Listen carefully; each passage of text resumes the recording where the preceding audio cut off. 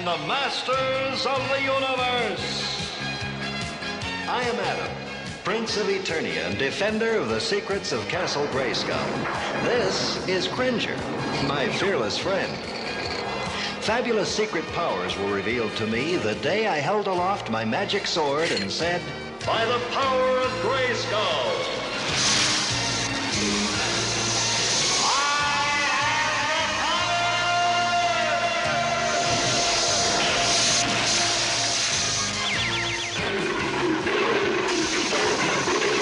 Cringer became the mighty Battle Cat, and I became He-Man, the most powerful man in the universe.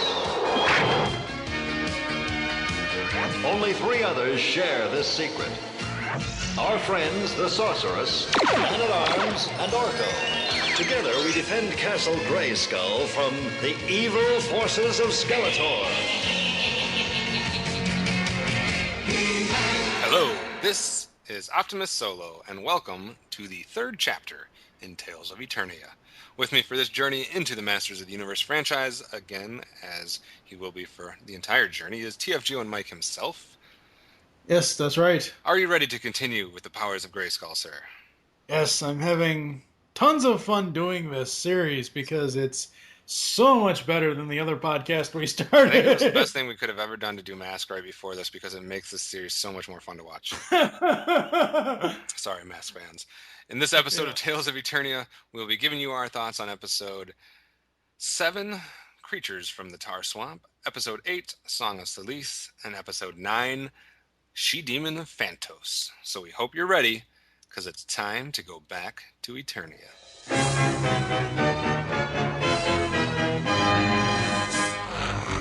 What's that? Beastman! Get over here, you furry fool! You'll soon have need of your special talents. You have the primeval potion? Right here. With this magic brew, I can bring back any of the prehistoric monsters that perished in this swamp, and I'll use those monsters in my conquest of Palace Eternia. The palace? Oh no, I gotta warn them. Alright, so for episode 7, Creatures from the Tar Swamp. First of all, it aired in September 13th, 1983. And it was co-written by 2 different people, one Richard Pardee, and the other, a familiar face again, Paul Dini, who usually writes good stuff. Yes, he does. As far as the plot for Creatures from the Tar Swamp, the beautiful yet extremely snobby Lady Edwina arrives in the royal palace. Her arrival prompts Orko to seek out his magic medallion in order to impress her and shower her with gifts. Orko discovers the evil warrior's latest scheme, resurrecting the prehistoric creature from the Tar Swamp in a plan to attack the royal palace. The monster diverts He-Man and his friends as Skeletor and Evil Lyn take their places upon the thrones of Eternia. And we're left to figure out how He-Man and the Masters of the Universe will combat Skeletor, Evil Lyn, and their new creature from the Tar Swamp. As far as bad guys, you get Beastman, Skeletor, and Evil Lyn. And the good characters you see, obviously, Adam, He-Man, Cringer, Battle Cat, the King, the Queen, Orko, Teela, Man-at-Arms, and Stratos. This is for Count Marzo. I hate this fucking episode. Really? Hate it. Absolutely hate it. I like the only part about this is I like the bits with Orko that we kind of get a little bit of his backstory. But this episode overall sucks for one simple reason. Lady Edwina. That bitch whines so much it's not even funny. Now, I can understand not liking her. I can understand not being a fan of her character. I mean, obviously she's written to be detestable. But I thought the plot and everything goes really well together into this episode. You start with a little bit of getting some backstory on Orko, how he came to Eternia, how Adam and Cringer meet him, why his magic went from working to being kind of a bumbling idiot at times and with his magic not working. You have the arrival of this character, Orko likes her, gets the idea of trying to regain his power, his magical power, goes to that, which smoothly transitions into what Skeletor is doing, because he's also doing something with the Tar Swamp. The warrior, or the creature's resurrected, has the medallion stuck to him, and it's Orko's discovery of, you can't just be enamored with some girl because you think she's gorgeous, whatever. You got to be able to see past the outer image and see the real person.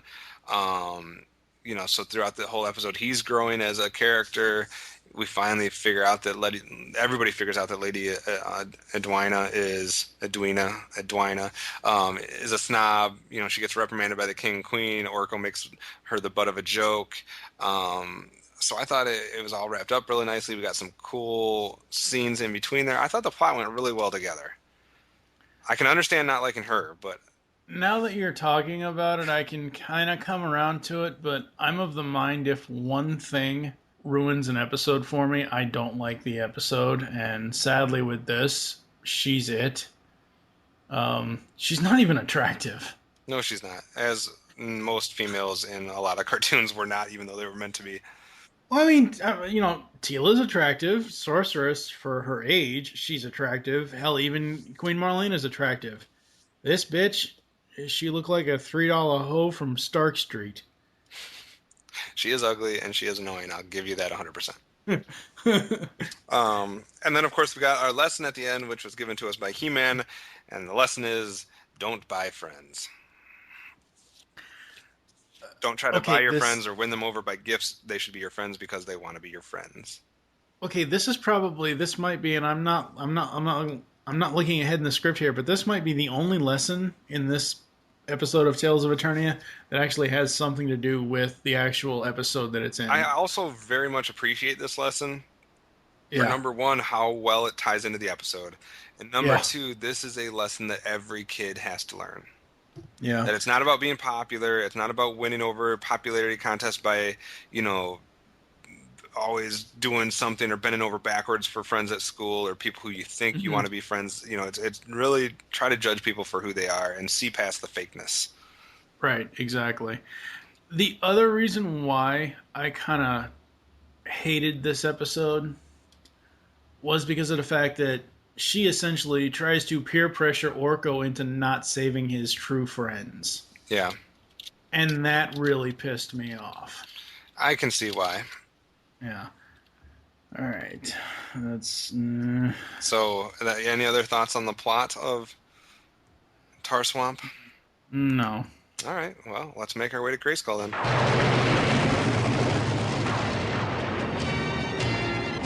the power of Grayskull, I command the jaw bridge. Open!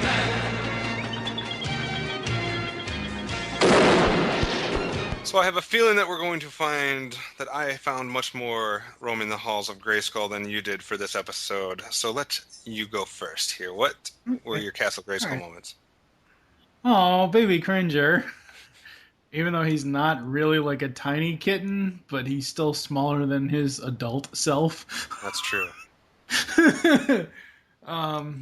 I love how Orko wants to fight Skeletor. He even puts his dukes up just like another cartoon character. Puppy power! No comment. Stratos to the rescue.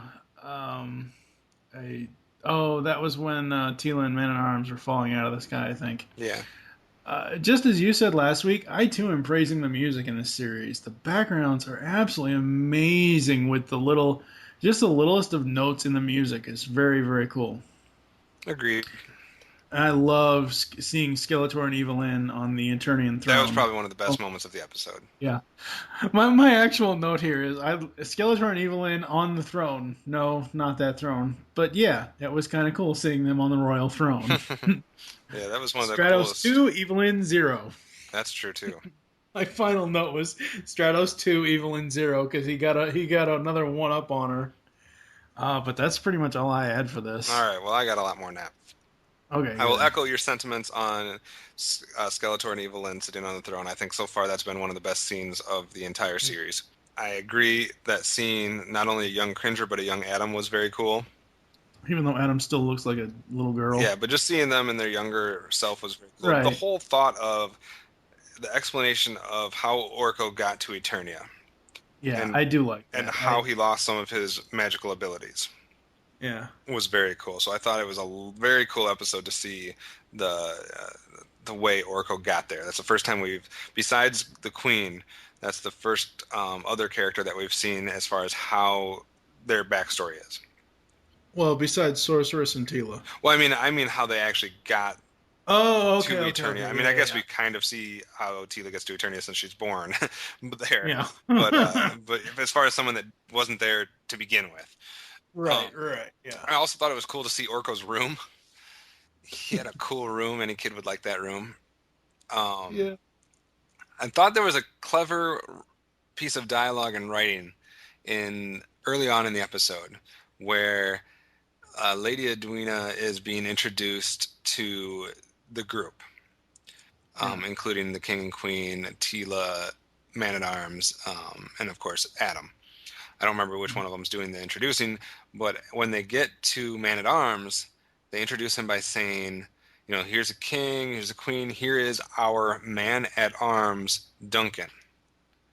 Yeah. And how his name, Man-at-Arms, fits into, that's what his duty was. He was the Man-at-Arms. And the way they said that, our Man-at-Arms, Duncan, was cool. I'm not sure if that's one of the first times we've actually heard him called Duncan in the series or not. It may have been the first time they used that name. I'm not sure, but I just thought it was a clever way that they threw that in there. Yeah.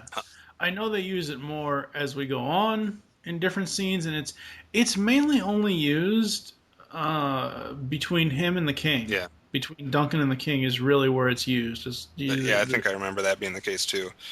Yeah. We finally get an episode where it took more than 10 minutes for He-Man to appear. There you go. So I liked that it wasn't just instant He-Man within the first, 5 minutes of the show. That was cool. I love how Skeletor is holding Orko when they're marching toward the palace. Like it's Skeletor and Evelyn and the creature that they've got, and they're marching toward the palace, and he's just like holding Orko so nonchalantly that I thought it was really funny. You'll have, if anyone doesn't know what I'm talking about, go back and watch the episode. There was another cliffhanger as far as going into the commercial break, which was fine. I like that. Because as a kid, I always remember seeing those and being like, oh, commercial, can't wait till it comes back. Even though you knew whoever was in trouble was not going to be in trouble anymore. Right, yeah. I do like the fact that at least it was attempted for Stratos to explain why he was there. Yeah. He didn't just randomly, ambiguously show up. He kind of tries to explain why he was there. I also thought it was cool that he went to help He-Man and to see one of the Masters having to help He-Man. Because up to this point in the series, we haven't seen a lot of times where He-Man was in trouble and one of the Masters had to help him. Mm-hmm. So I thought it was cool also seeing them kind of helping each other, side by side, working together. There's a funny look on the monsters, the creature from the tar swamp's face when He-Man grabs him. It's kind of like a cartoony shot, but I kind of enjoyed that. And my two biggest things come at the end. I could see some people not liking the way this episode ends, but I thought it was genius. Orko gets his medallion back, and the medallion basically gives him anything he wants, anything he wishes. And he kind of forgets that he has it, so to speak, and he says something about, I wish this would never happen. This would have never happened. And boom, the whole episode gets erased. Yeah. I'm like, that's genius. This episode never even took place, basically. He wished the whole thing away. It goes right back to the beginning, and I thought that was clever as hell. As a way to end an episode. It is, yeah. You don't see that very often. And to top that off, Orko's joke at the end on Lady Edwina was fantastic, and she got her just desserts. Yep. I don't think this is a good point. This might be a bad point, but I forgot to bring it up in the plot. If we weren't cousins, I cringed at that line. Yeah, I think I found that in Snake Mountain somewhere. Okay. Let's make our journey there. You'll remember Adam, of course. Can this really be little Adam? Oh, just look at the way you've grown. I swear, if we weren't cousins. So even though I found a lot of moments in the castle. I'm sure that you have more moments in Snake Mountain. So I will go. Let me start with the thing you just mentioned, which Yeah. is one of the worst lines so far of the entire series, which Yes. is Lady Edwina and He-Man talking, in which case she says, I swear if we weren't cousins. Well, no, hold on. It was Adam. Oh, It Adam wasn't. says that. It wasn't He-Man. It was Adam. Yeah, oh, I'm sorry. Yeah, she was talking to Adam, and that's what she says, right? She says that. Yeah. I'm sorry, what? Yeah. Yeah. What did they just put in a kid's cartoon? They Yeah. have Exactly. family members lusting after each other and saying, man, if we weren't family, we'd get it on right now. Oh my god. That's terrible. That was a terrible line. Yeah, that's so bad. Just so horrible. We might have to make everybody listen to that one. I only have 3 other ones, so I'll just get them out of the way real quick. Go ahead. First of all, Orko at one point, they were doing like a flashback or something, or showing how he was a hero. Right. And he is basically wearing they give a shot of him wearing a hero trophy, like a medal around his neck, and the animation on that's terrible. Not the animation, but the design on that's terrible. The design on it is It's literally bad, a trophy that says hero across it. It's horrible. So that was. Let's go to the local trophy store. Yeah, it was worse than anything you'd find there, actually. Even though I liked that Stratos explained why he was there, it was a terrible explanation. It was a terrible explanation for him to be. I don't even remember what did he say. Oh, I'll have to go back and get the exact quote, but it's just something that's so like. I came over to borrow a cup of sugar. No, I mean it was just like, oh, just passing through type thing. I mean it was a bad explanation of why he was there. So all in one, that scene was both good and bad when he explains why he's in the area. Right. And I don't quite understand how that one monster get trapped in the tree. He's flying. Stratos flies through this tree or whatever. The monster flies and runs into the tree. I get that the monster ran into the tree and that might have hurt. No, it was Stratos. He flew. It was a tree with branches that crisscrossed. Yeah. I think. Okay, so Stratos was obviously small enough as far as compared to the size of the bird. He was small enough to fly through it. The bird's neck was small and thin, but his body was big. Yeah. So I get that he flew through and it didn't work and it hurt and he ran into it. Okay, put it in reverse and get back out. They played it off like he was trapped in the tree. Well, but that was the point. They had to find a way to get rid of the birds. I know, but to me, he wasn't trapped in the tree. All you had to do was back yourself out. Well, maybe he had a dinosaur brain and he didn't think of that.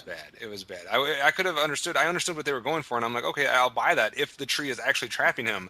But the tree is not trapping him. He just ran into the tree. So those are my only low parts of this episode. All right. So you remember Caddyshack 2, right? I know of its existence. But oh God. You are such a horrible '80s person. No, oh my God! How can you not know Caddy? I know Caddyshack 2 like the back of my hand. Well, you know the back of your hand. And shut up.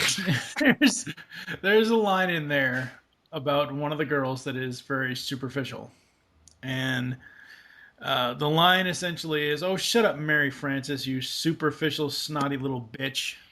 And my first note here was, oh boy, just what an episode needs. A superficial, snotty little bitch.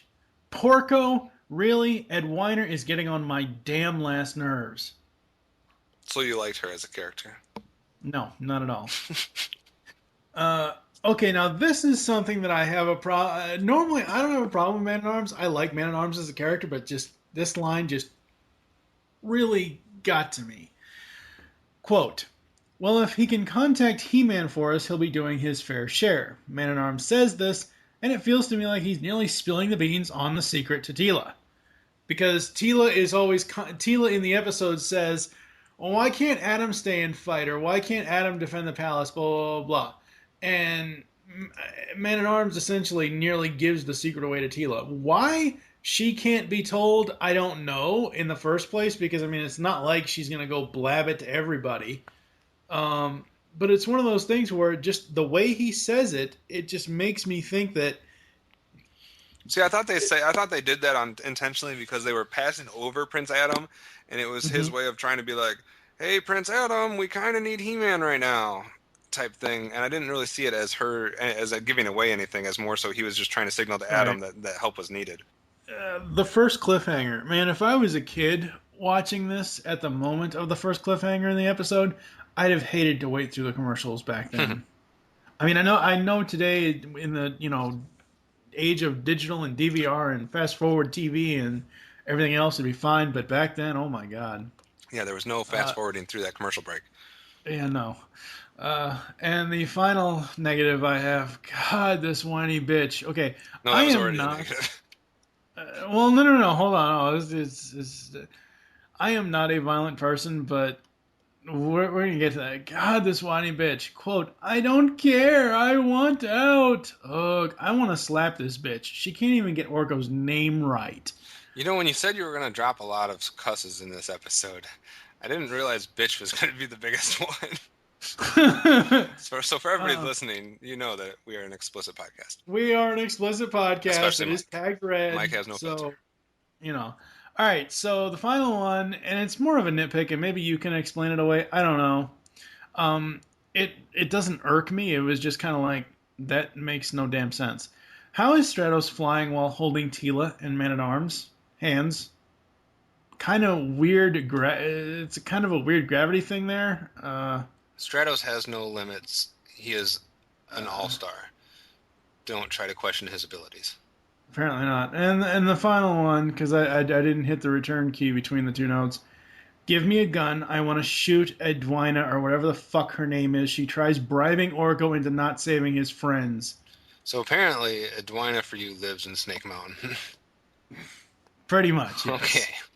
Okay. Well, just like Orko got his hero award, we should give out some awards of our own. It's not like Orko to miss breakfast. I don't think he's been here all night. Look, his bed hasn't been slept in. Yesterday he was talking about the magic medallion he lost in the tar swamp. You don't think he'd really... I'm afraid so. And we'd better find him before he gets there. All right, it's awards and rankings time, and let's start. First of all, everybody knows, and we've already said this before, that Mike and I do not discuss our awards beforehand. We never know what each other's are going to do. We don't know if we're giving out any. I don't know if he's giving out Havoc Staff's power swords or nothing. I don't know what his ratings are going to be or whatever. But I think it is fitting for, in this episode, to start off with the most predictable award ceremony that we will probably ever have. Mike, how about your Havoc Staff? You already knew. Beats Edwiner over the head with a Havoc Staff. And even though I disagree with you overall on the episode, I will second that and give a second Havoc Staff to Edwina. Okay, I don't... And I'm saying Edwina on purpose, guys. Yeah, Edwiner is what it is. It's or Edwiner. Ed is a whiner bitch. As far as my ranking overall, I think you're going to be fairly surprised because of you pointing out all the continuity bits. And I saw this going in. It was just that hatred for that character took me over in the moment of watching the episode. Now that we've talked it out, I can give this one a 3 out of 5 Orkos. Simply because of the story for Orko. I take 2 points off for that whiny bitch. I actually had a second award that I'm going to throw out before I give you my rankings. Sorry. No, that's okay. You're allowed to do that. And my other one, I am going to give a power sword out in this episode as well. So even though Edwina was a terrible, awful, not likable character, I love everything that Orko does in this episode. Yeah. I love that we see how he gets to Eternia. I love we get to see the medallion aspect. I love how he wishes the whole episode away, plays the joke on Edwina at the end. He stands out in this episode for me, so I will give him a power sword. And then I will give my rating for the episode, and on a scale from 0 to 5, Battle Cats, this one gets all 5. I agree. You can't even take a point off for that whiny bitch. I hate her. Seriously? I hate her, but one character for me doesn't ruin the episode, and it actually adds to the reason why I like the episode so much, because Orko plays the joke on her, because she is, lambasted by the king and queen as being despicable, in her actions. The ending really does it though for me. This is one of the most creative endings I've seen in a long time rewatching 80s cartoon episodes. So yeah, I think it's my first 5 I got to give away. All right. So let's head on to our next episode, Song of Celice. Welcome, singer. You will sing for me now. And your song will hypnotize the sorceress and open Castle Grayskull. Never. I think you can be persuaded. Evelyn, persuade her. With pleasure, Skeletor.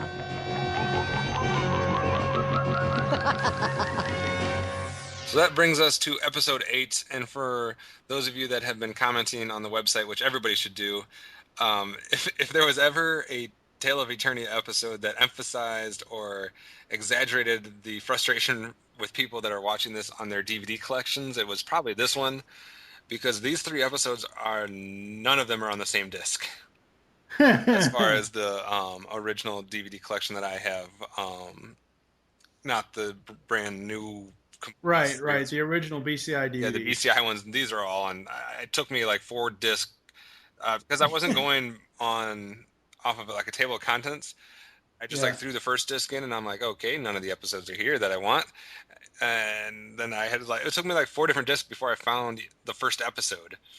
And then I had to go back and use like a different disc for each episode. So we get the frustration. We're going through it as well. And I would just watch it off of Netflix because it's easier. Yeah. But I like to see the little fun facts and different things that you can get by watching them on the DVD release as well. So we feel your pain, but we're doing this for a reason. And Song of Celice came, as far as air date, the day after Creatures from the Tar Swamp. So that was September 14th, 1983. And the writer on this one, again, we have 2 people getting credit for it on screen, which was J. Bryn Stevens and Michael Reeves again.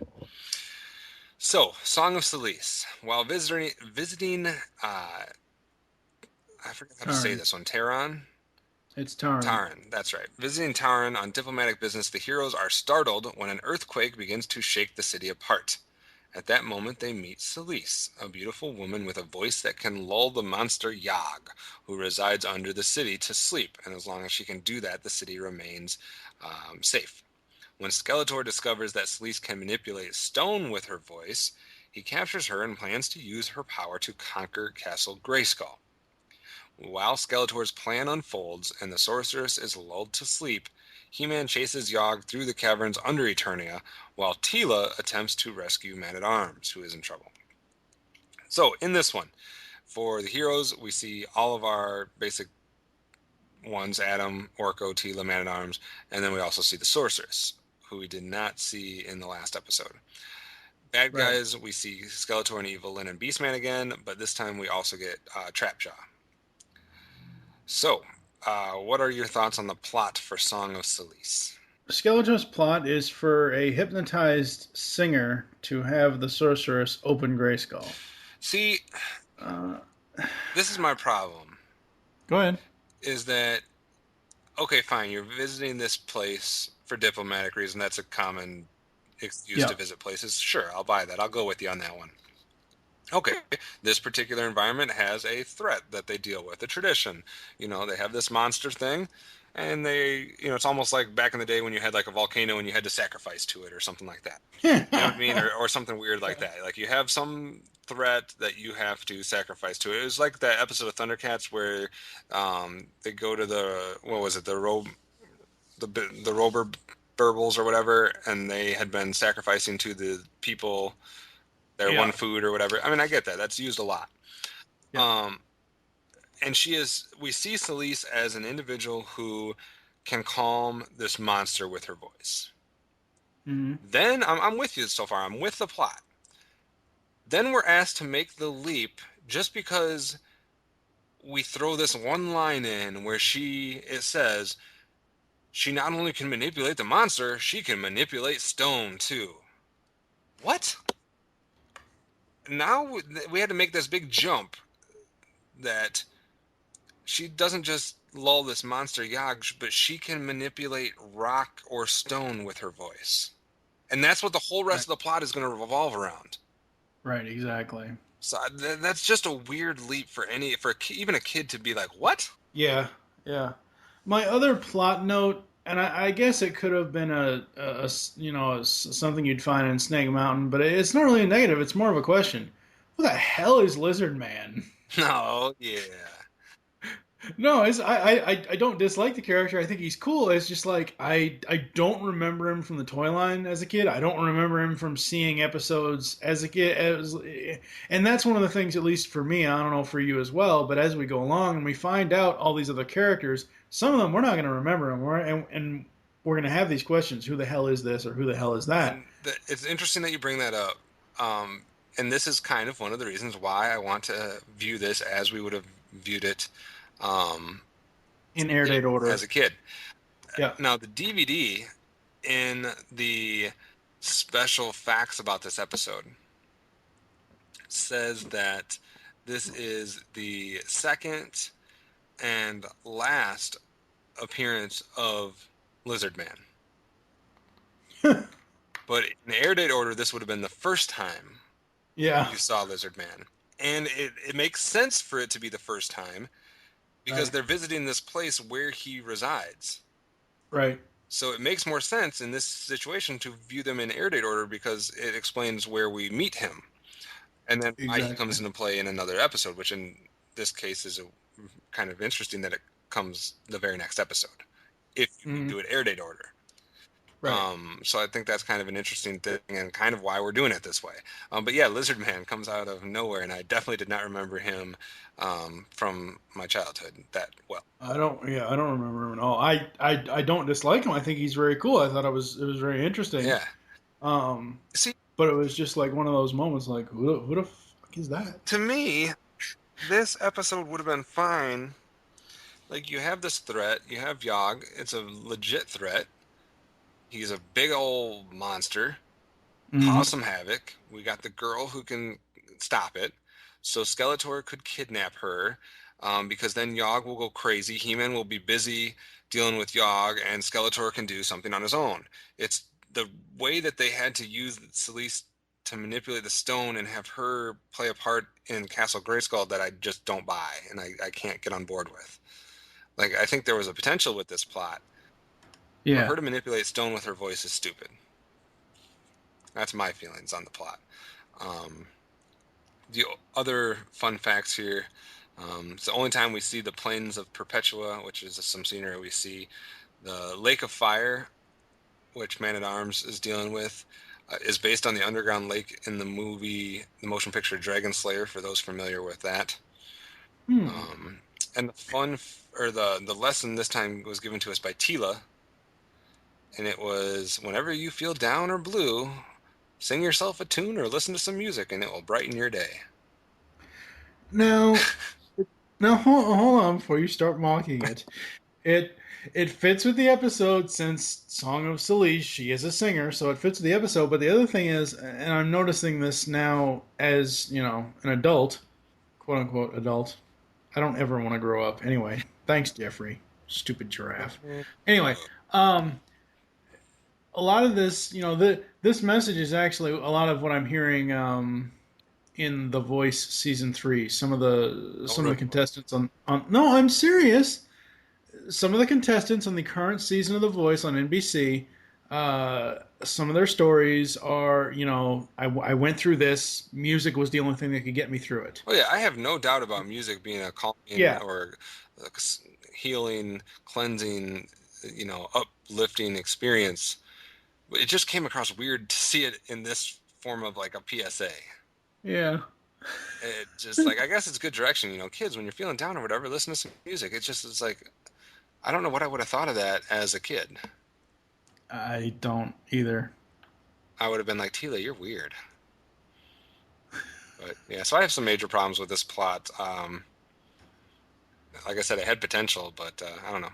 Let's see if I can find anything positive to say in Castle Grayskull. The old squeeze play, eh? So I'm searching Castle Grayskull for something positive to say about this episode. All right, before you do that, let me go ahead and get mine out of the way, since you're still looking through the halls of Grayskull. By the power of song! What the... I love that double take when Adam goes to become He-Man, and then all of a sudden he stops because he hears someone singing. Yeah. I thought that was pretty cool. Skeletor likes building models, huh? Toy collector in the making. Yes. Oh no you don't, Rugface. He-Man insulting Beastman is just awesome. He-Man's laugh, it was, I don't know what it was after, but just the way he laughs, some of the laughter in this it's not bad. I wouldn't find this in Snake Mountain. Now, if this was another 80s show that we're supposedly be doing a podcast on, I would find this downright annoying as hell. But just his laughter is just too damn funny to me, because just the way that he puts his hands on his hips like this and tilts his neck back like this and ha ha ha ha ha. Yeah, it's funny. It's just really funny. The old squeeze play, eh? He-Man is Canadian. No! That's all I got. Did you find anything? I mean, I thought it was interesting to see another side of Teela with her jealousy. Mm-hmm. Early on in the episode, as far as, being jealous of what's going on there. I thought that was, I don't like her jealousy as a character, but I thought it was interesting to see that side of it. Right. Skeletor's throne, we haven't brought this up before, but the dude has a badass throne. He does. Like, I love his little area in Snake Mountain where he sits and reigns on high. It's just epic looking, the way it's designed, the way it's animated, colored, everything. And especially when he sits on it. It's just cool. And he's also quite the opportunist in this episode. Yes, he is. So I thought that was cool to see from him. Castle Grayskull's kind of empty and void. Maybe Snake Mountain has more company in it. Zero G Bubba. I always said you were a lightweight, Skeletor. All right, Snake Mountain. Not going to take me quite as long or hard a search to find things here. Now, a couple of them are more nitpicks for me. A couple of them are just more in the animation, coloring, or design of this episode. Mm-hmm. One of them is when Trapjaw shoots at He-Man. Yep. He-Man smiles, and it looks very strange. It's very creepy. Yeah, we might have to grab that because it's just a creepy looking smile. And then the same thing with He-Man again, when he's holding one of the rocks above his head, it looks like I think it's his right arm and left torso or body part, and then his left arm and his right stomach / chest are different colors. I don't know if he goes tanning, but it's just a weird, just miscoloring that you can see in that one. So just like a little nitpick there. As far as the actual episode, Zero G Bubble. Yeah, that was... Where'd that come from? That was a little strange. Zero Gravity Bubble. All right. I like the effect of it. The effect where Skeletor's in there. Yeah, I think it's damn cool, but... kind of funny just when they shot it off and like, I'll trap him in a Zero G bubble. What? Yeah. And the writers just must have been in a hurry because Skeletor gives Beastman the most vague orders ever. Yeah. It's like, Beastman, use your animal manipulating power to solve this problem. Like, what? Like... He just, turns to Beastman and is like, hey, it's an animal, Beastman, do your thing. No specific order, no, hey, stop that animal for doing this, or use this animal to do this. It's like, Beastman, animal, go. What? I need a little more specificity in my orders from my villains. Yeah. So, I don't know, those were the parts, kind of, besides the whole music moving stone and rock, which I think is obvious, so I didn't list it here. Yeah. I have one big long complaint, and it's more of a discussion point for us rather than me just saying, oh, F this or F that or bitch this or bitch that. You're just upping the bitch count. We all love the Adam to He-Man transformation scene, but I have to call it into question the second time Adam attempts to transform. He and Cringer are just outside the room where Evelyn and Trapjaw are trying to kidnap the singer. They essentially run around the corner. And he draws the sword, etc., etc., etc. Are you telling me no one in the next room would hear them? I mean, seriously, is the transformation scene supposed to be just for us, the audience?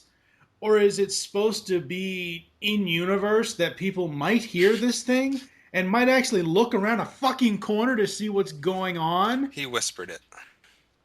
He did not whisper. That was in his head that he was saying that. He didn't actually say it. Right.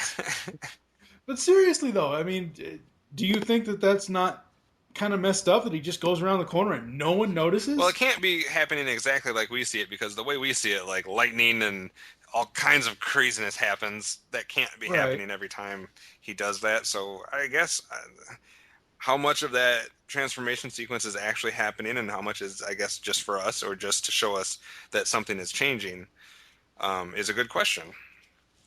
Yeah, and I'm hoping someone like Count Marzo or Pixel Dan or, even Mike Lacey or someone I gotta say that most of it's just for us. Probably is, but there's just some times, and this was one of those times where it's like... Well, otherwise Skeletor could easily figure out who He-Man is. Just like, look for the lightning in the sky that happens every once in a while, and where it's going down, and you will find there's a connection. Yeah, exactly.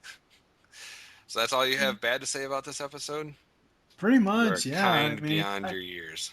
Well, that other show that'll be out in a couple of weeks, because this will be out as soon as we're done recording it, but that other show, I wasn't too kind, so I figured, what the hell. That's true. But no, I didn't really, I sat here and I watched this episode, and I liked it. I mean, there are nitpicks I could have written down, but overall, I really enjoyed this one. All right, well, let's see if there's any similarities in our award presentations. By the power of...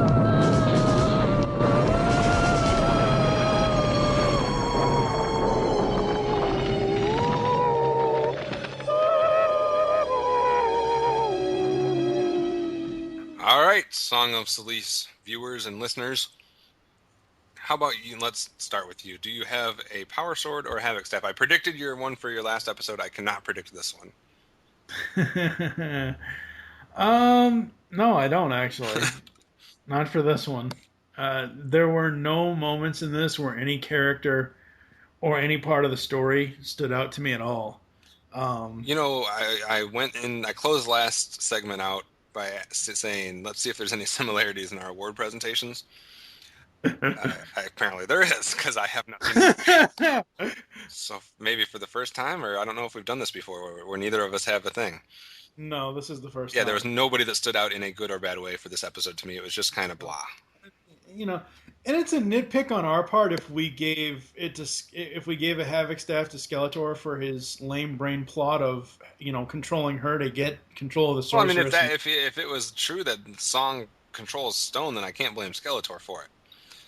I know, but his main plot was he wanted Celice to sing to allow the sorceress to open Grayskull. Right. He wanted Celice to control the sorceress essentially, and that to me is more so a nitpick. Yeah. That's not worthy of a Havoc staff. I mean, it's not that bad of a moment. It's not. It's a bad part of the plot, but it's not like if we weren't cousins, I want to beat that bitch over the head with a Havoc staff. Lady Edwina reappearance. That episode never happened. Duh. Orko solved Thank it. you, Orko. As for ratings, I'm going to be not as nice as you. This is very lucky to get the rating that it is for me. I will squeak it out with 3 Battle Cats. I'm going to do the same. Even though I enjoyed it, it's still... There are certain things that just don't make it a good episode. So it also gets 3 Orcos from me because it just wasn't... As we just said, there are no outstanding moments. There are no, the very first episode of the series, I had all that emotional connection of remembering, I command the jawbridge open, and then, all this. Not there was nothing here, good or bad, to warrant anything higher than a 3. This wasn't an awful episode. I'll give you that much. It just wasn't a good episode for me, and like I said, it's lucky to get a 3 from me. We are in complete agreement in our complete segment here, and I am scared. We need to change topics, and the best way to do that is to change to a new episode.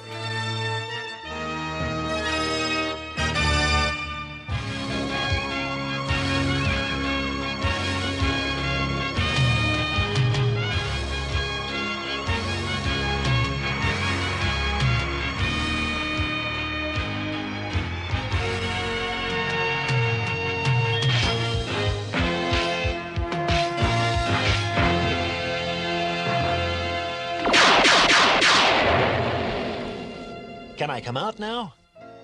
Queen Elmora, you've outdone yourself. The strength of the shields and weapons made from your photanium are without equal. Fortunately for me. Well, it's always a pleasure to make this trip here to the moon of Phantos and visit your highness. You may take your shipment of photanium, man-at-arms, as we have agreed. Now leave me. Queen Elmora, forgive me, but, well, you seem different. Is something wrong? Everything is fine. We shall go home now. King Randor appreciates your kindness in giving us this fine metal. With it, I'll be able to fashion it into the strongest defense for Eternia.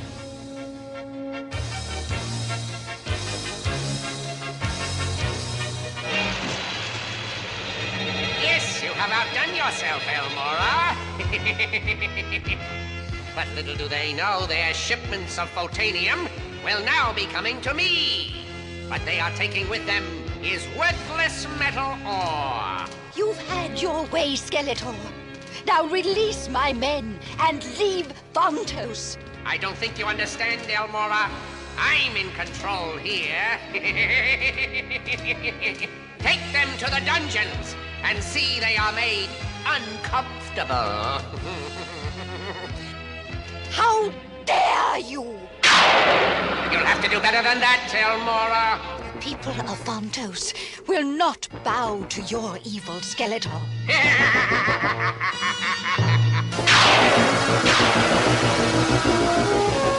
You will do my bidding. I will not.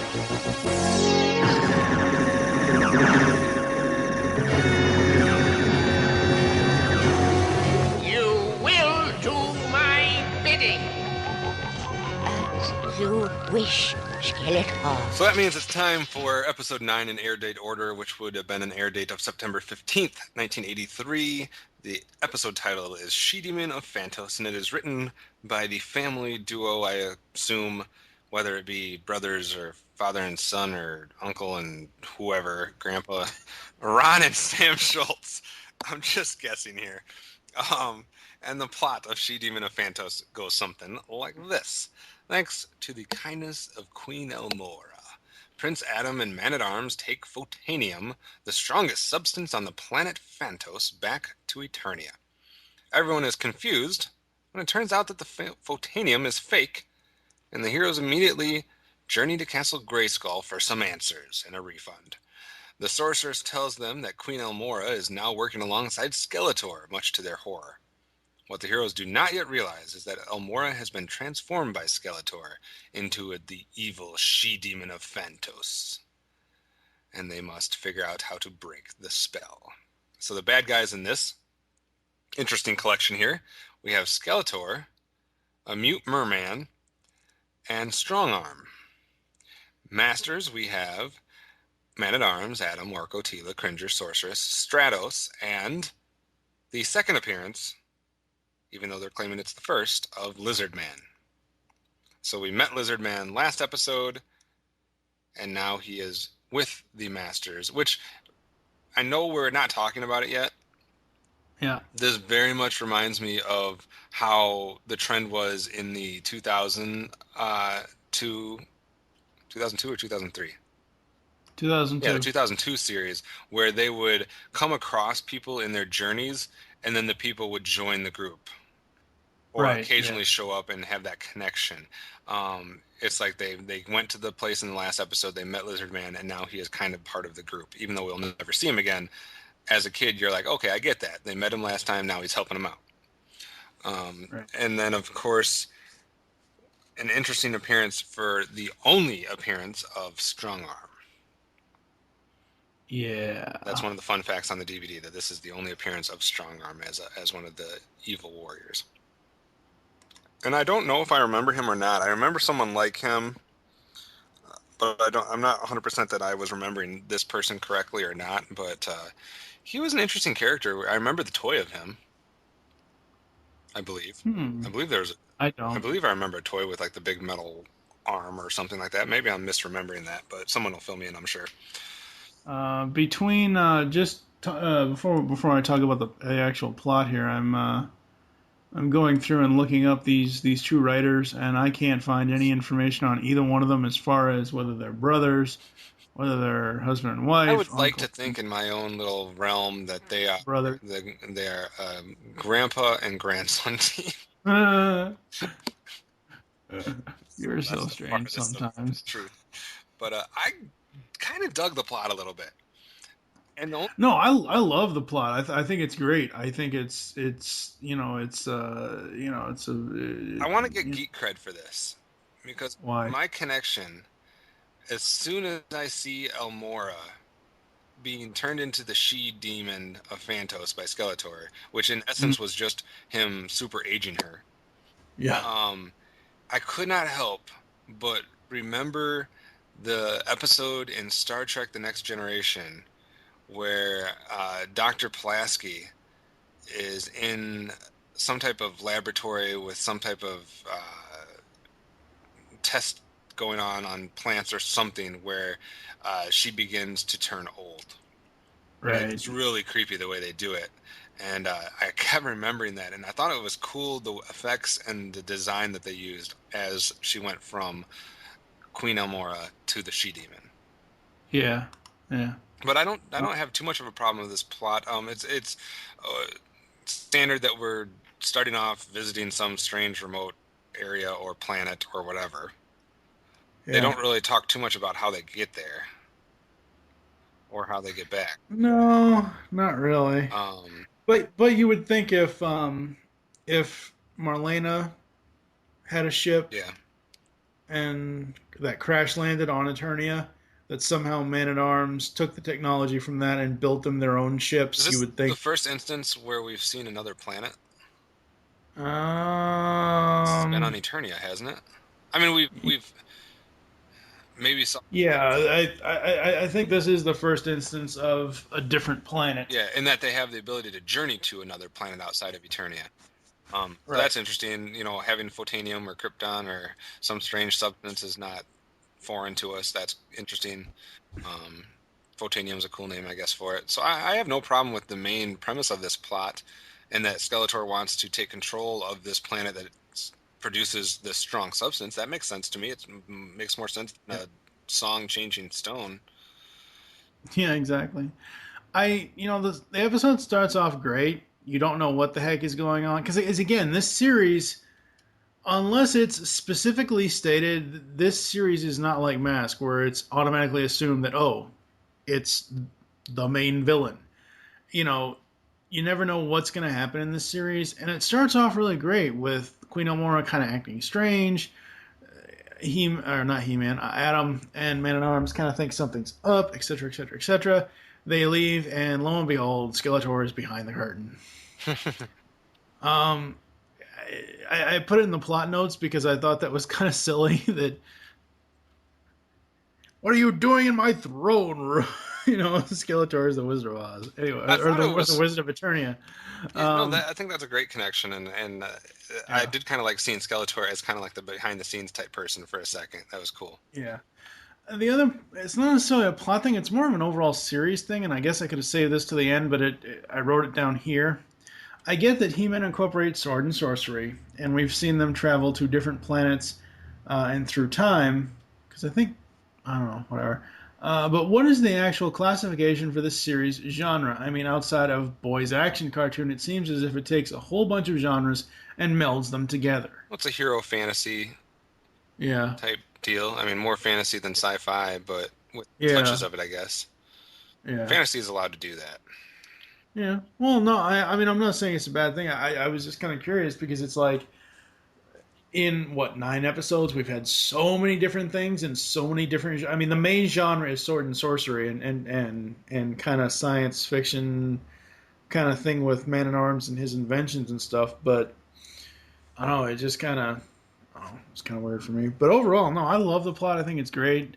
I can buy it. There's nothing that stands out like, why did they do this or why are they doing this? It all fits together.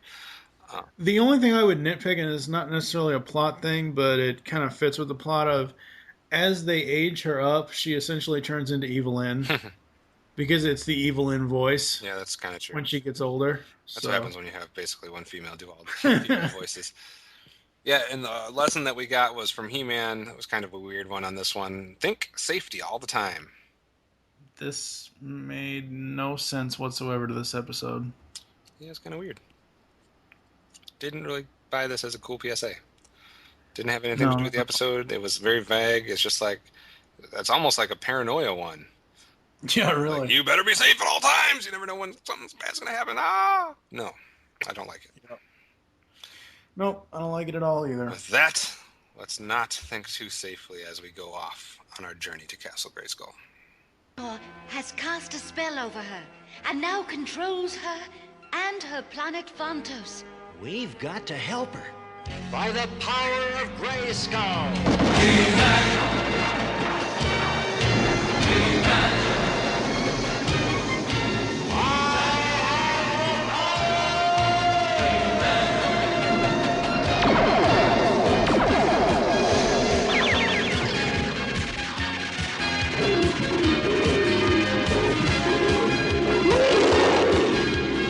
Beware of Elmora.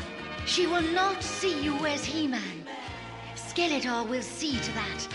Though her spirit remains true. I will heed your warning.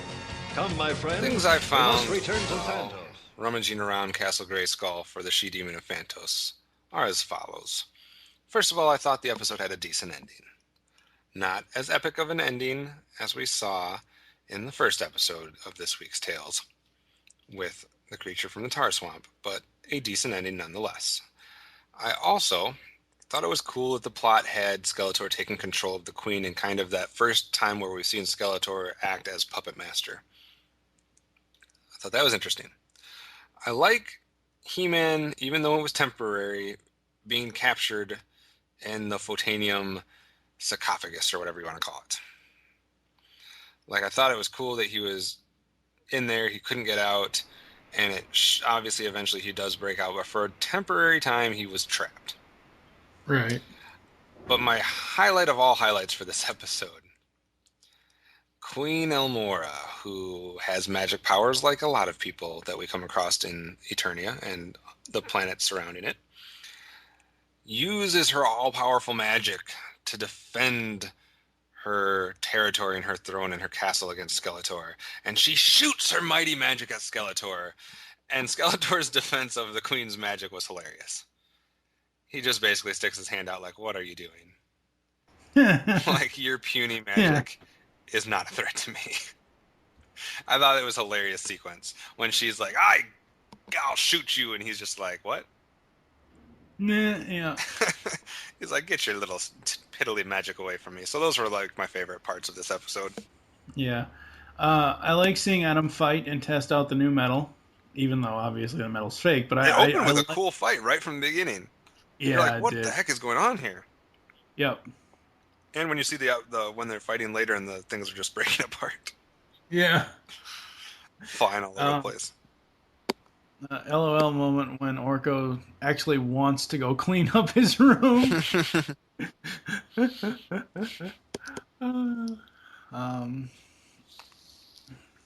Whoa, 2 episodes in a row with Lizard Man. Cool. Yay. Don't get used to it. You'll never see him again. Never see him again, exactly. And I thought that was devilishly clever, Skeletor making her think He-Man is himself, is Skeletor. Should I do it? Should I do what we haven't done all episode and make a Transformers reference? Sure. Almost like that episode when there was 2 Optimus Primes. Which one is the real one?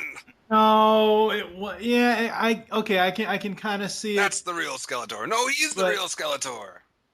Yeah, I can kind of see the. I do like that they did it so they don't.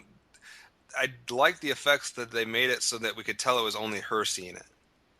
And right. That's the difference between this and they weren't both solid Skeletor. Or they both didn't look like Skeletor. One just had like a fall. Right, because everyone else is like, "What are you talking about? That's He-Man." Yeah, and I just thought that was funny, and I like the way that they used their history to remember, and then she trapped them both, which was an easy tell of which one could get out of the chains.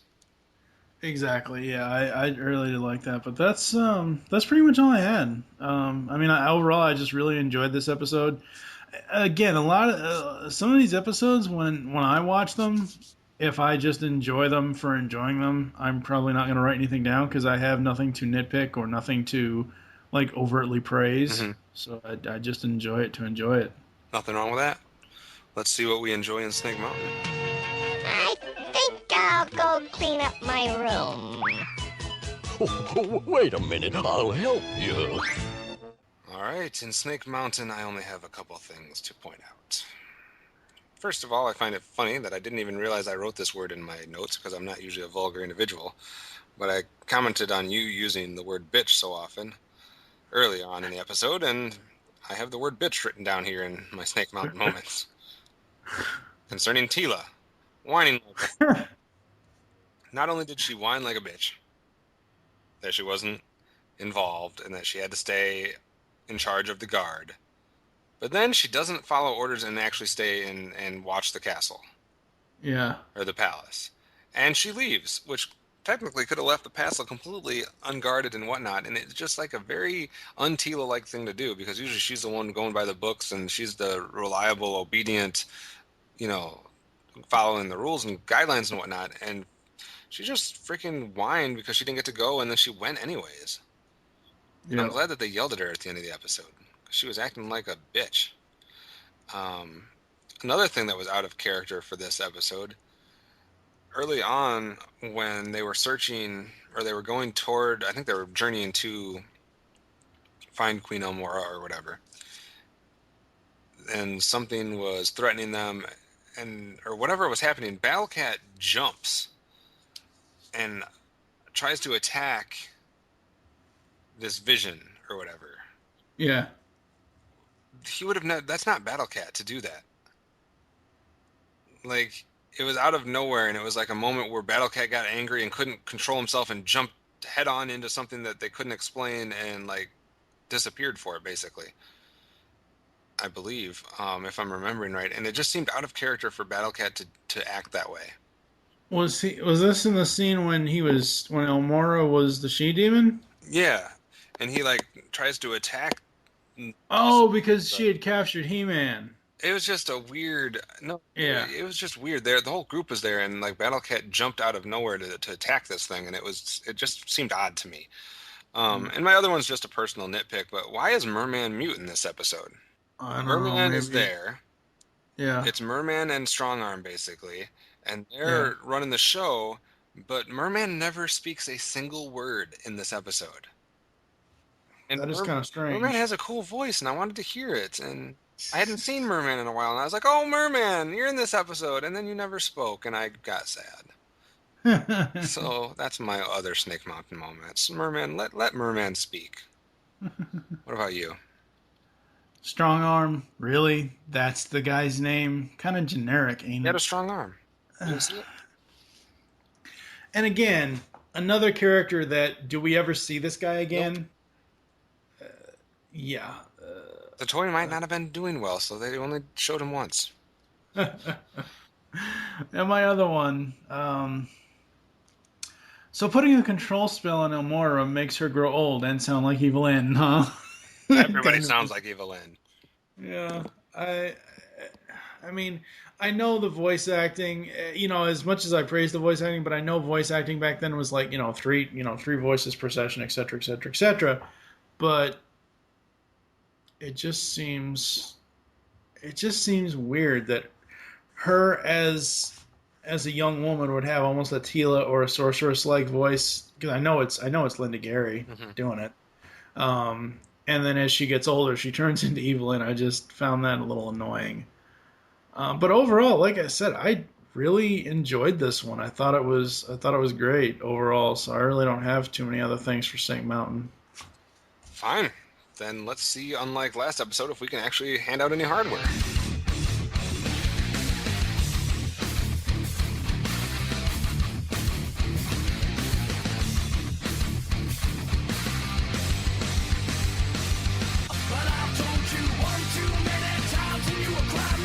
Alright, so unlike last episode, I have some hardware to give out, and I'm assuming you do as well.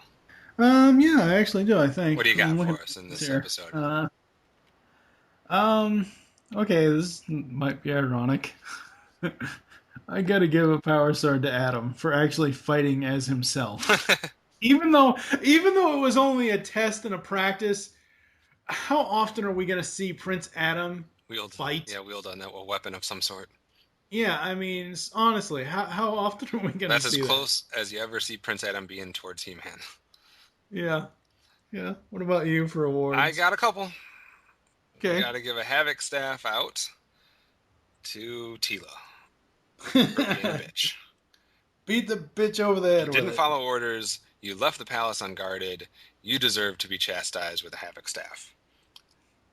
And in the words of the first episode that we talked about, even if Man-at-Arms was doing it, it's all right that you're related. He can still beat you. And, I will give out a power sword as well, even though you didn't like him. I thought Strong Arm was cool in this episode. No, okay, it's not that I didn't like him. I just thought that he would have had a cooler name. The reason I like him is for a couple of reasons in this episode. He shows up. First of all, he looks cool.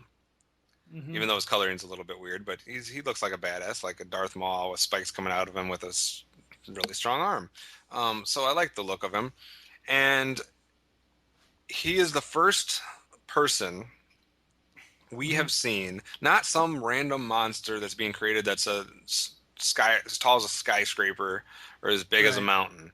This is the first evil warrior who has come close. I know He-Man's the strongest person in the world, can't ever be beaten.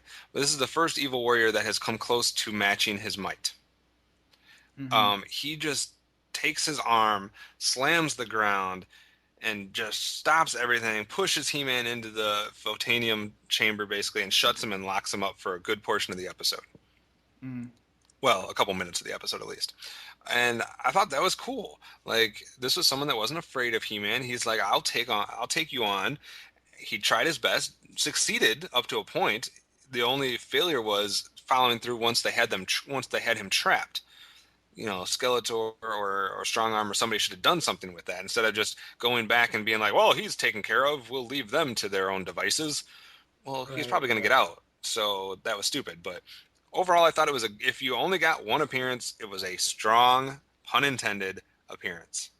So power sword to the Strong Arm.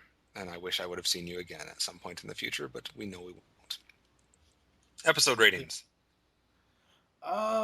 My favorite episode of the day. I got to give it a 4 out of 5. There are a couple nitpicks, but overall, really, really, really enjoyed it. The only reason why it doesn't get a 5 is because there's no.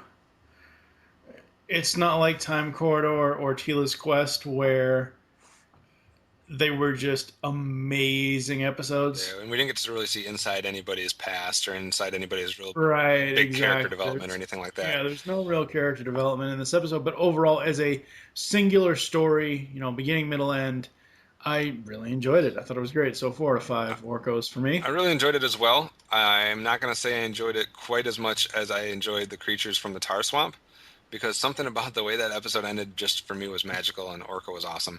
I do like the whole Skeletor Puppet Master Queen Elmora turning old, Strong Arm having his appearance, seeing Lizard Man a second time. So there was a lot of good parts about it.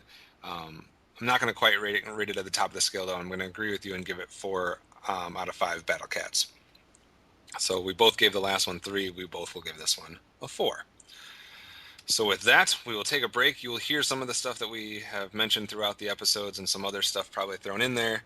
And we will be back to give our thoughts on the series up to this point. Your hatred of me will work in my favor. Every time you look at He-Man, you will see my face, and you will think, it is me.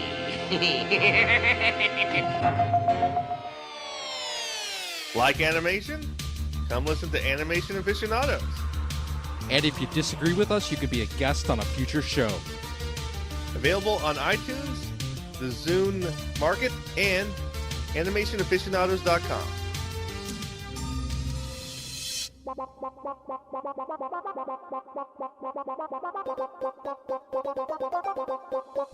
You can now hear the Geekcast Radio Network while on the go with Stitcher Smart Radio.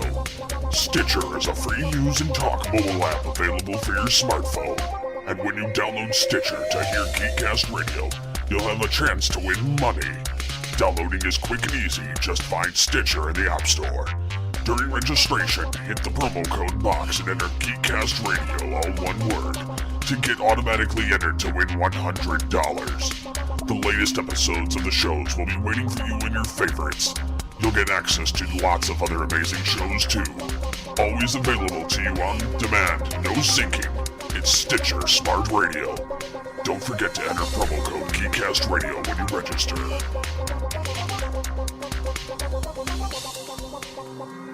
Today's story was about something more precious, more valuable than gold or silver. It's called friendship. Orko learned that friendship can't be bought. Giving somebody a present may get that person to act as if he or she is your friend, but don't be fooled. A real friend is someone who likes you for yourself, not your presents. So don't try to buy friendship. Just be yourself and treat others with honesty and respect. And then you'll know the friends you make will be real ones. Grab your helmets because it's time to assemble Mask. The Geekcast Radio Network has launched Masked Mayhem with your hosts OptimusSolo and TFG1Mike. This podcast covering all 75 episodes of Mask will feature in-depth analysis of every episode, talk on the toys, and more. Masked Mayhem will run 30 podcast episodes. You can find us in iTunes and on www.geekcastradio.com. Get your spectrums ready as podcasting is the ultimate weapon. Is this thing on? Oh, goody. Why, hello there. It's your dear old Uncle Joker here. I bet you're asking yourself, what could I be possibly doing here of all places? Well, I'm laughing at the fact that this new podcast presented by Geekcast Radio is called Legends of the Dark Knight. Who the heck knew the Bat was so popular? Ugh. Join Steve, Mike, and sometimes Tara for reviews on the greatest DC animated universe cartoon to ever meet Gotham City. So join moi for the talk of the town, or I'll send Captain Clown after you. He gets mighty angry when he doesn't get to have his garbage skull. So put on a nice big smile and join us for the next Geekcast Radio Network podcast, Legends of the Dark Knight.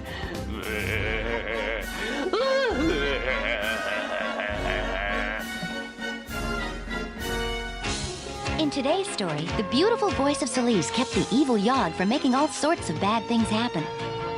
Now, I can't promise that a song will make any magic for you, but I can promise that when you're feeling lonely or sad, and we all do sometimes, if you try singing a song or maybe whistling or maybe just smiling, you'll feel a lot better. Honest. Try it and see. And I'll be seeing you very soon. Bye now. Tooncast is dedicated to the cartoons we grew up with. 100 episodes and more make up one of the GCRN's most popular podcasts. Join hosts TFG1Mike, OptimusSolo, Terror the Rising Star, and tons of guest hosts. We also have voice actor and writer interviews. Tune in to Tooncast as we look back on the cartoons that defined us as geeks. You can find Tooncast on iTunes and the web at www.geekcastradio.com. Tune in.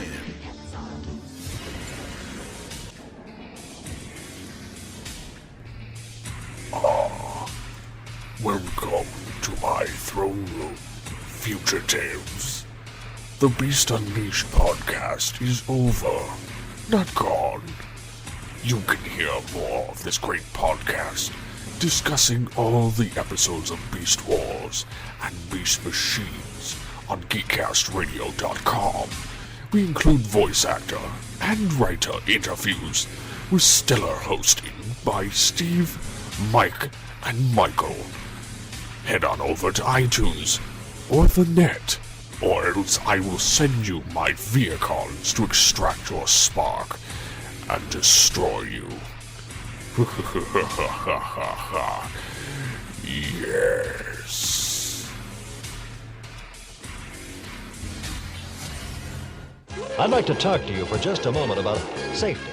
When we go to the beach, there are lifeguards there to watch out for our safety. Crossing guards are in the street for the same reason, to help protect us.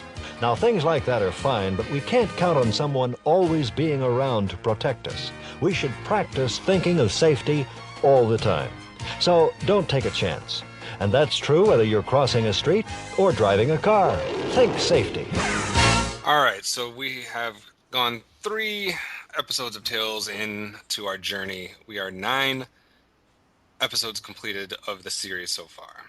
So we are definitely past the honeymoon phase. We are into the series now.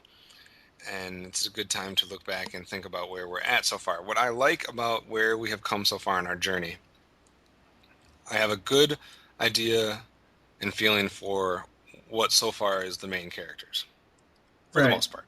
We've seen a little bit of background now of Queen Marlena. We've seen background of Tila, and a tiny bit in connection with that of the Sorceress and Man-at-Arms.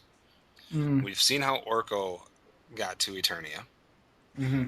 Really, the only major part that's missing, I mean, we kind of know that Prince Adam is going to be, I mean, since we know how the Queen got there, she eventually hooks up with the King, they have Adam. I get that. It still would be nice to see a little bit more background into He-Man / Prince Adam's character, but we've seen the majority of the other good characters. With the exception of we don't know how they met, like Stratos. Stratos and Ram, so and to all speak. that. From an evil standpoint, besides Skeletor summoning all these people, we haven't got a lot yet on the evil side of things. And we're constantly getting throwaway characters like... Well, I wouldn't say it's constantly getting throwaway characters. In 9 episodes, we've had Jitsu, we've had Strong Arm... And Lizard Man.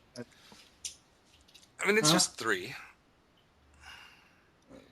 Still See, a lot. for me, what I was saying is I like the fact, I guess Jitsu was before, but I liked that finally once we had, with Jitsu, if you take him out of the equation, we basically had 6 episodes of the main characters over and over again.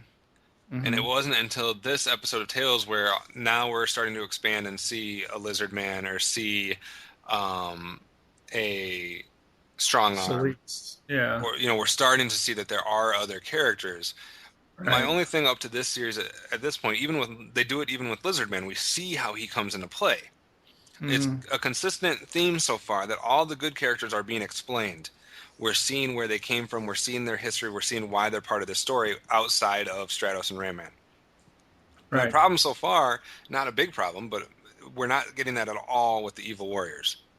No, they're just showing up. They're just showing up. Jitsu just outside of like Beast Man and Evil Lyn and all the ones they originally introduced. Any new Evil Warrior just shows up for an episode and then, hey, see you later. Well, and even though we got a tiny bit with the first episode where Skeletor summoned them all. Yeah. But it'd be cool if they showed, even at the beginning of some of these episodes, where he gets Jitsu or where he gets Strong Arm, or if left to just think that he can just summon random people from all parts of the universe whenever he needs to.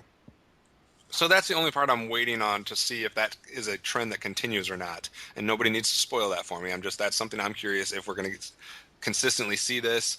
Also, if we are going to get some more mainstay characters that stick around for more than just an episode. Again, I know all these people that are listening probably already know the answers to these questions, but it's stuff I'm interested in as we go forward. How about you? So far it's progressing nicely.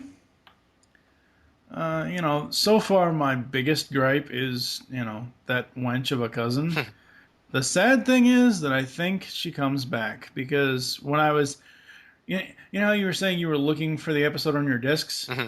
It took me a while to find, it's more so She Demon, but it took me a while to find each of the 3 listed in Netflix. And as I was going through the season 1 listings in Netflix, I saw a different episode saying that Ed Weiner comes back, and something I didn't read. I was like, oh crap, bitch is back. Jesus Christ. That's something to look forward to.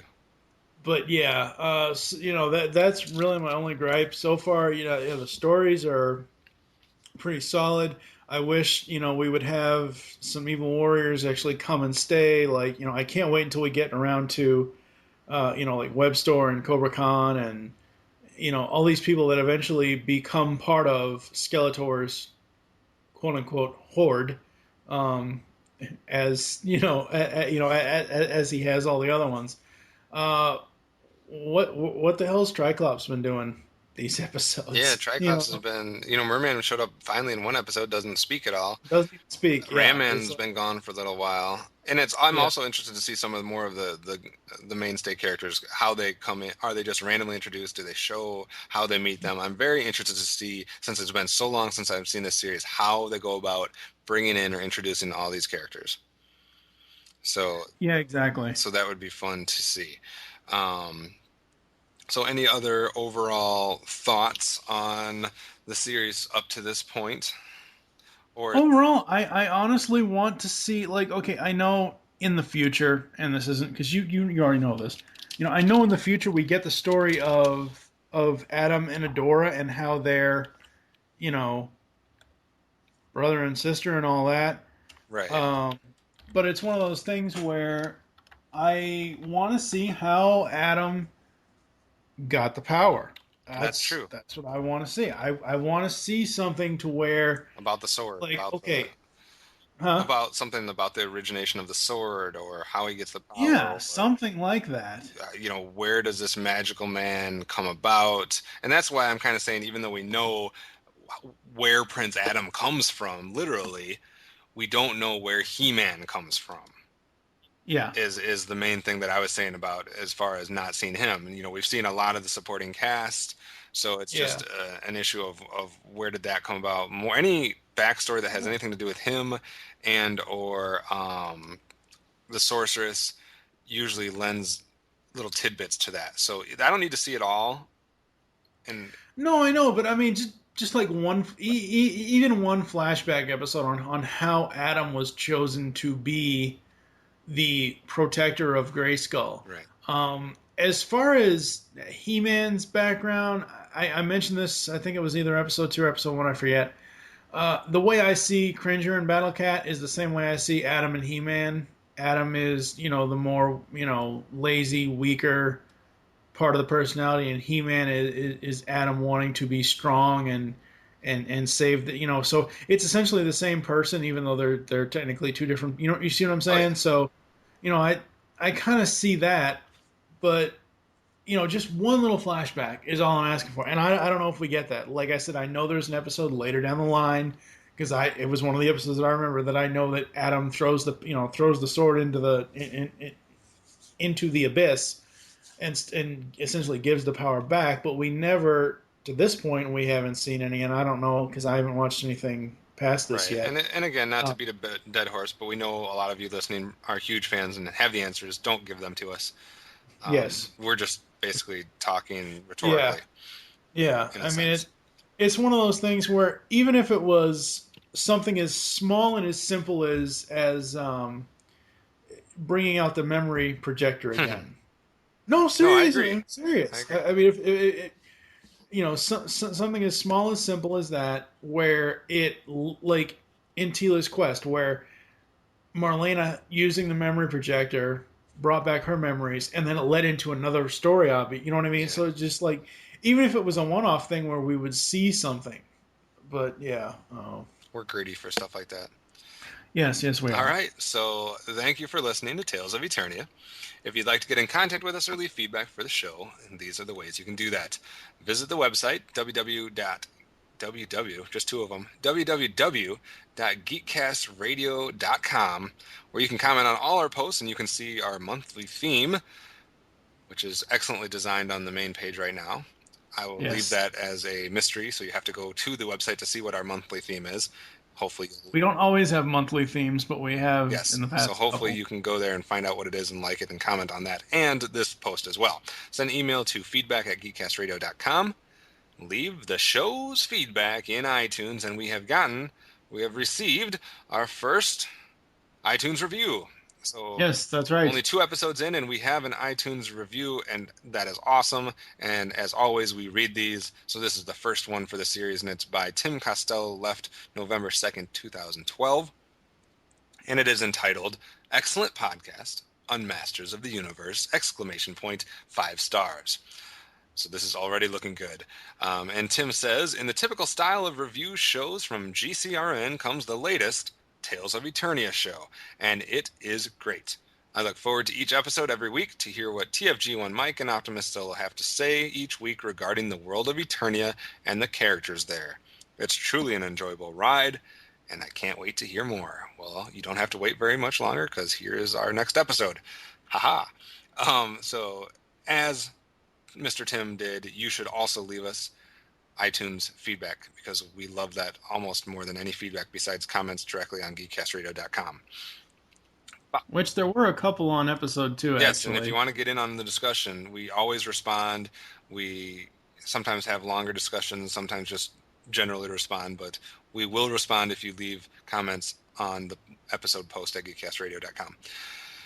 Follow us on Twitter. The show station name basically is Geekcast Radio. Yours is? At TFG1Mike. Mine is at OptimusSolo. You can become a fan by going to facebook.com/Geekcast Radio Network and be up to date with all the stuff Mike posts, updates on everything. That's right. You can call the voicemail line, tell us the show that you are leaving the message for, and give us a name for yourself. The number is 502-526-5821. We hope you enjoyed the tales today, and don't forget to join us on our next adventure, when we will be discussing episodes 10, 11, and 12. And those episodes would be Reign of the Monster, Like Father, Like Daughter, that sounds like it could have some backstory to it, and The Disappearing Act. Sounds like Orko's involved there. I could be completely wrong with all these guesses, but I feel like I should make predictions now every time I read an episode title. Well, father and daughter, it's going to be Man-at-Arms and Tila. I feel like we could get something there. We could get some type of background there. For now, I am OptimusSolo with TFG1Mike. And by the powers of Grayskull, we leave you all with the power.